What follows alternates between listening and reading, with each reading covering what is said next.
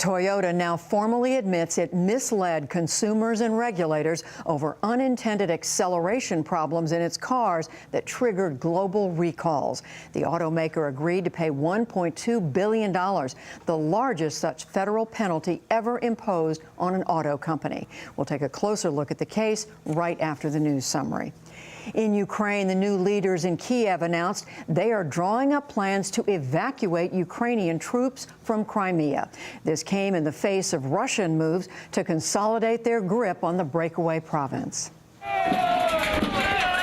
Pro-Russian militiamen pushed their way into part of the Ukrainian naval headquarters in Sevastopol this morning.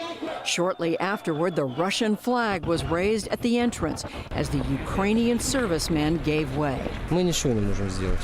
There is nothing we can do against the crowd, nothing. Everything happened spontaneously.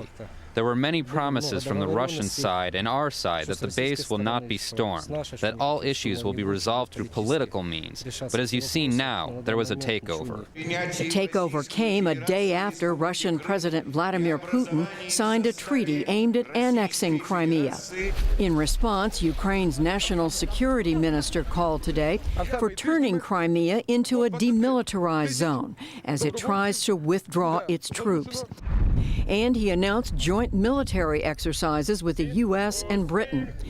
But Crimea's new prime minister appeared unfazed. He banned Ukrainian officials from entering the region and called for other parts of Ukraine to follow Crimea's lead. This patriotic rise that we have in Crimea and in Russia today that united us all, regardless of our political views or political parties, should continue and spread over to southeastern Ukraine. And indeed, pro-Russian militia members took up positions today outside Donetsk in eastern Ukraine. They said they were ready to block any Western forces from entering. Meanwhile, the U.S. and European Union again pressed Moscow to relent. Vice President Joe Biden was in Lithuania, where he pledged the U.S. will defend its NATO allies and that Russia will pay a price for seizing Crimea. As long as Russia continues on this dark path, they will face increasing political and economic isolation.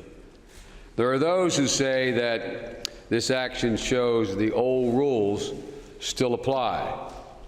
But Russia cannot escape the fact that the world is changing and rejecting outright their behavior. In a bid to resolve the crisis, the UN Secretary General Ban Ki-moon left this afternoon for talks in both Moscow and Kiev. We'll talk with Margaret Warner on the ground in eastern Ukraine later in the program. Israeli airstrikes blasted Syrian military posts today, killing 1 soldier and wounding 7. The raids happened in southwestern Syria near the Israeli-occupied part of the Golan Heights. Israel said it was retaliation for a roadside bombing in the Golan that wounded 4 Israeli soldiers. Suspicion for that attack fell on Hezbollah, the Shiite militia allied with Syria. The FBI has stepped up its role in the hunt for a missing Malaysian airliner. U.S. officials said today the Bureau is helping analyze deleted data from the pilot's flight simulator. That word came amid an uproar at the Malaysian government's daily briefing. We have a report from Lucy Watson of Independent Television News. She's in Kuala Lumpur. A mother's anguish for the whole world to see. Captured just moments before the media briefing, after travelling thousands of miles to beg for answers. This pandemonium is because the relatives have now been taken inside this room behind me by officials. They came here this morning because such is their frustration and distress towards the Malaysian government at the lack of information they're getting, some 12 days on now. Hidden away because earlier they dared to voice their anger. Please help me bring my son back. I just want to see my son. So many days have passed and nobody from the government has come to see me. Yet on a day of great drama, the investigation made little progress. The search is now focusing more on the southern Indian Ocean, the most remote and furthest point where the aircraft would have run out of fuel. But there are still guards outside the pilot's home, and police continue to analyze data from his flight simulator, some of which he removed. Some data has been deleted from the simulator, and forensic work to retrieve this data is ongoing. I would like to take this opportunity to state that the passengers, the pilots and the crew remain innocent until proven otherwise.